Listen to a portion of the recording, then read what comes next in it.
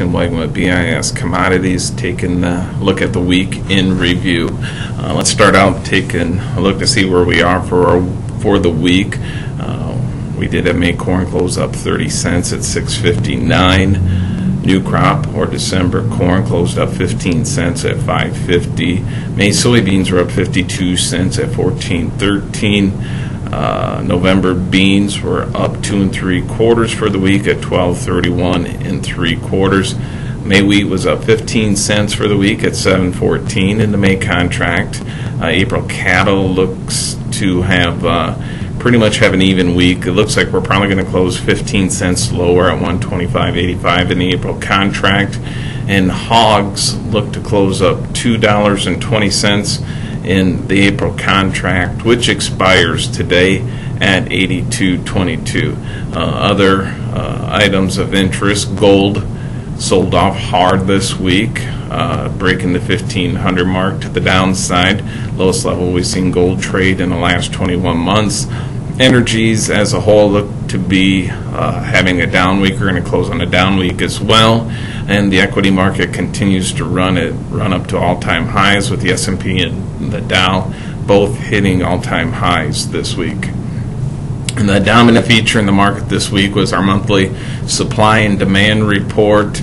After last week's quarterly stocks report, the biggest question was, where are we going to see the monthly carryout numbers, or will we see how much will we see incorporated into our monthly S&D?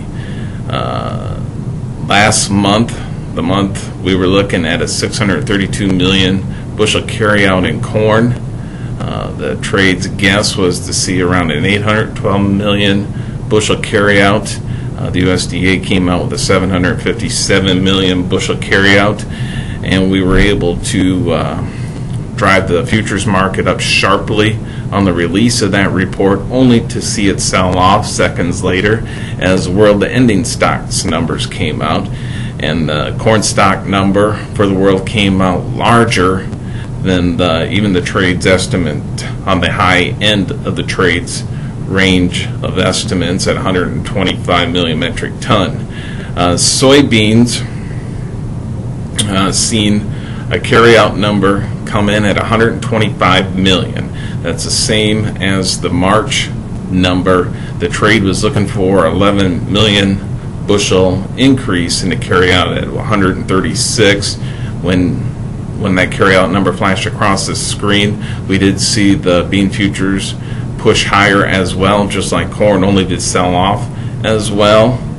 And when the world stocks numbers came out, which came out ironically at the larger than the upper end of the trading ranges, well, at over 62 million metric tons. Wheat did come in larger in the balance sheet at 731 million bushels compared to the March S&D at 716, and that was pretty much in the range of ideas that the trade was looking for. But we did see the world production number or ending stocks number in wheat up significantly as well, on the upper end of the trading range at 182 million metric ton. After the report told us what we already knew, that our world carryout number or supplies are growing, or perceived stocks are growing, and we're still very tight here in the United States with our domestic stocks. And that featured bull spreading the balance of the week, where we've seen traders come in and want to own the May contract against other months. The predominant feature was in the soybeans more so than corn.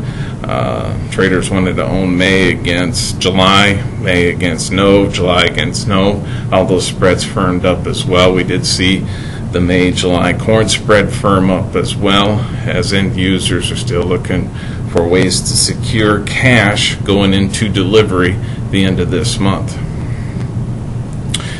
After this week, and we get into next week and weeks, if not months to come, the dominant feature, fundamental feature in the market is certainly going to be weather. There's already concerns about the potential of late spring planning-wise. The 6 to 10 day forecast and 8 to 14 day do show colder temps on the way. Something to keep an eye on as we move closer to planting time. The livestock markets seem to be in a big hurry to go nowhere. Cattle futures continue to trade at a discount to cash. We did see cash trade this week, a light volume cash trade at 127, some 200 in the meats.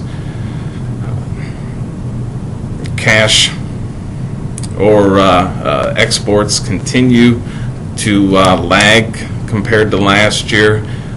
Domestic demand continues to lag.